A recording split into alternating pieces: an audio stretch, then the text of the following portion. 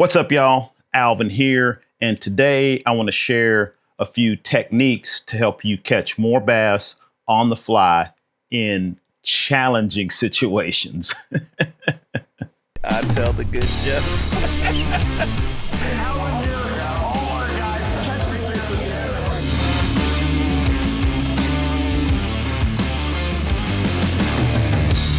All right, let's jump into it. So we can't always fish under ideal circumstances, ideal conditions. You know, sometimes you have a trip that you plan far in advance. Maybe it's your only day off. Maybe you just really want to get out there and you got rain last night, the wind kicked up, or it's super hot. Should you just stay home? Probably not. I have actually had some of my best days or caught some of my best fish on some of the worst conditions. So let's break it down and talk about a few things that may help you catch fish or catch more fish or catch bigger fish when the conditions are not ideal. So typically the things that make it tough are wind, muddy or high water or high muddy water, and heat or cold.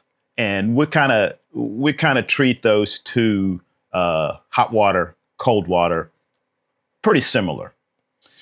So let's start off first with wind. That's one of the things that seems to be more of a surprise. You know, a lot of the time you'll know typically before you go out if the water's going to be dirty or if it's going to be hot or if it's going to be cold. But a lot of times the wind can be surprising. Wind forecasts are notoriously wrong. So what do you do if it's howling out there? A couple of things to think about is maybe going up a size in rods, you know, like if you fish typically with a 5 or a 6 weight rod, if you have access to a 7 or an 8 weight rod, that's going to make casting in the wind a lot easier.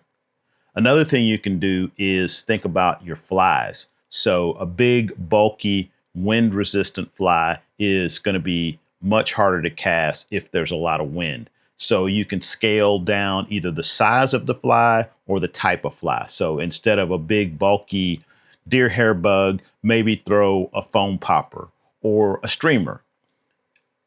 Instead of a big, heavy streamer, maybe throw a lighter streamer and use a sink tip or a full sinking line. Especially if you're going to be throwing streamers and it's windy, a sinking or sink tip line is really helpful because even though they're a little bit more difficult to get out of the water on the initial cast, they do slice through the wind a lot easier because of the smaller diameter. So if I get out there and it's blowing hard, first thing I'm going to do is probably adjust my tackle. Now, there are some technique things that you can do as well that will make it easier to fish in the wind. A couple of things I like to do is one is use my sidearm cast and try to keep my line as close to the water as I can. So there's going to be a lot less wind down close to the water than there is, 15, 20 feet in the air. So keeping that cast tucked down low will help, as opposed to an overhead cast. And another thing, casting wise, sometimes you will have to cast into the wind. And if you cannot get yourself in a position where you can cast, maybe throw your back cast into the wind and your forward cast with the wind, what you can do is use your back cast as a forward cast.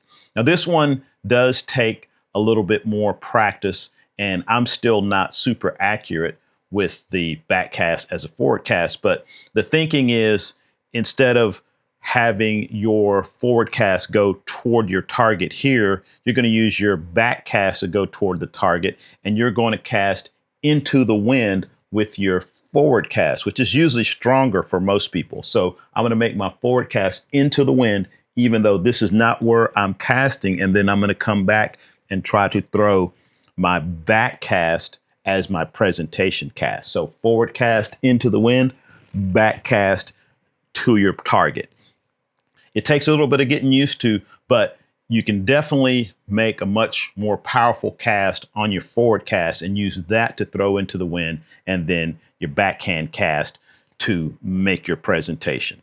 Now, that's one that I do remember when I first learned that technique, and it made a huge difference. It is also one that you should probably practice when it's not windy, because the thing is it is a little bit more difficult to aim that back cast. So use that forward cast into the wind, back cast to your target when it gets super windy. All right, so that's tip number one. If this is helping you out in any way, please do me a favor, hit that thumbs up button. If you haven't, subscribe to the channel. That does help me out. So hopefully I'm helping you, you're helping me. All right.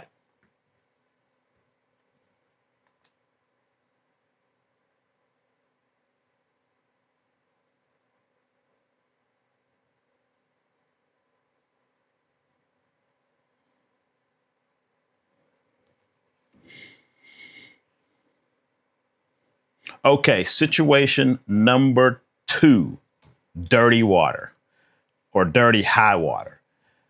This one is typically something that you can prepare for in advance.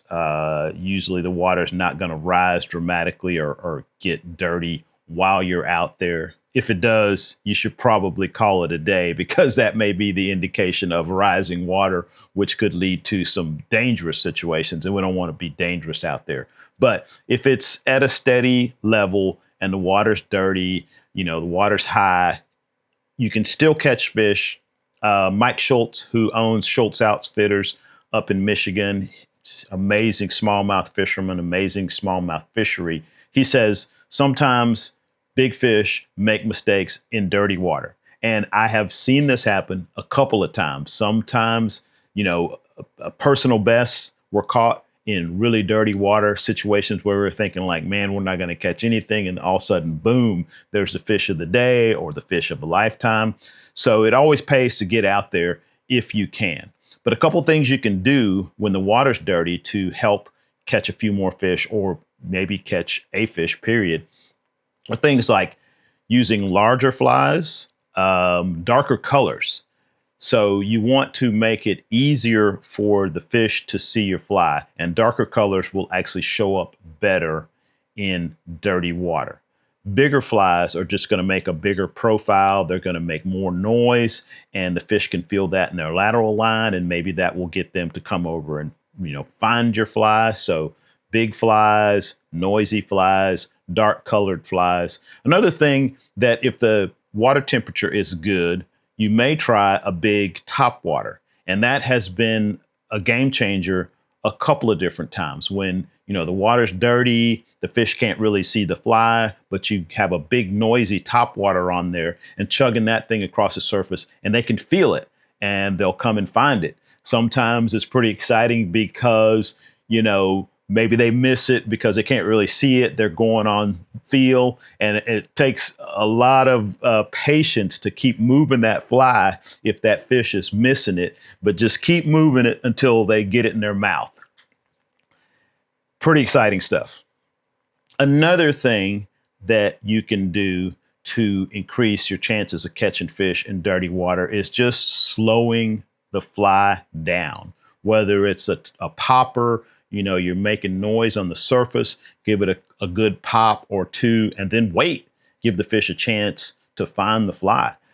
If you're throwing a big, heavy, dark colored streamer and you're fishing down a little bit deeper, same thing, slower retrieve. Maybe make a couple of, erratic jerks to, put some vibrations in the water, but then stop it or slow it down. Give the fish a chance to find that fly.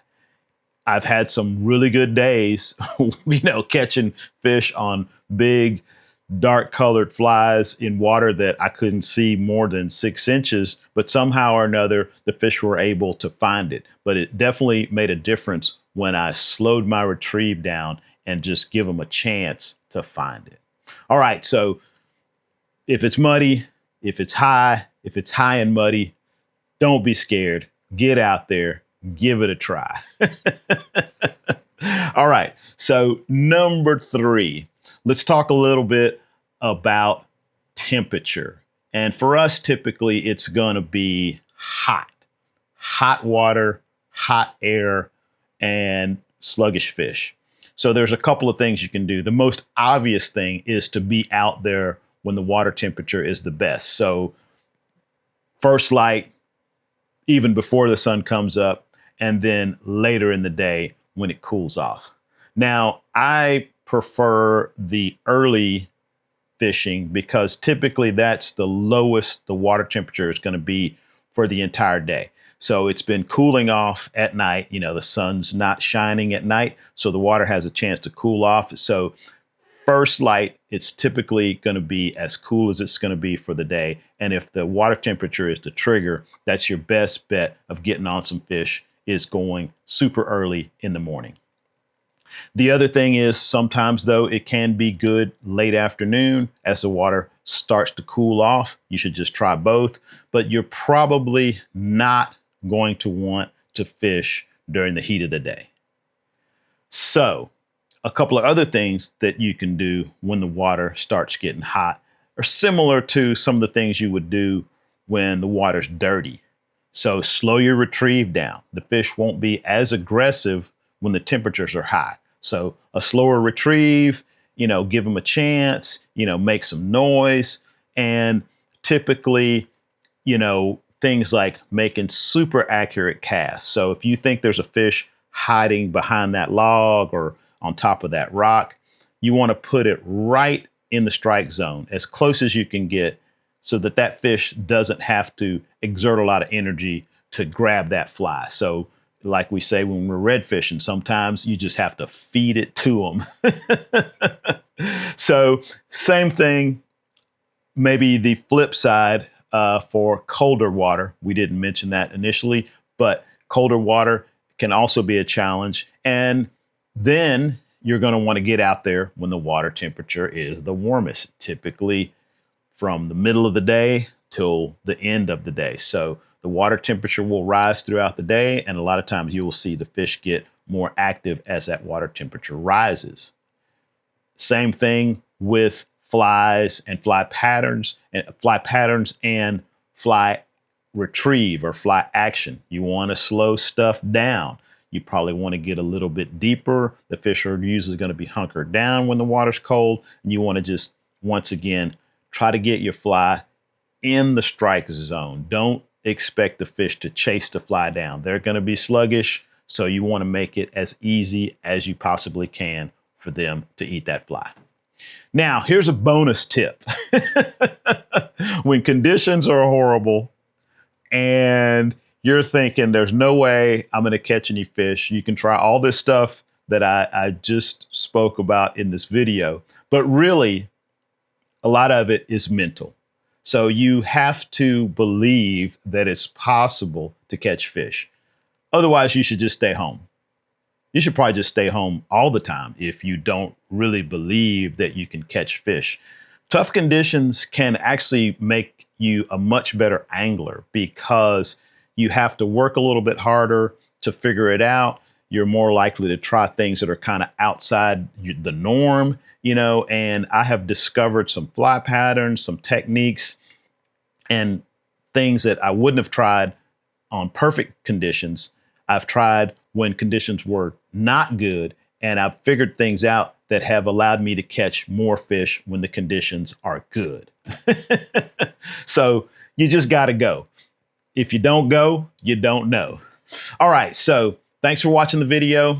Hopefully that has been helpful to you. If you need some more like in-depth help, I do have the option for you to make a call with me and you can ask me questions and I can help you with whatever it is. There's a link in the description.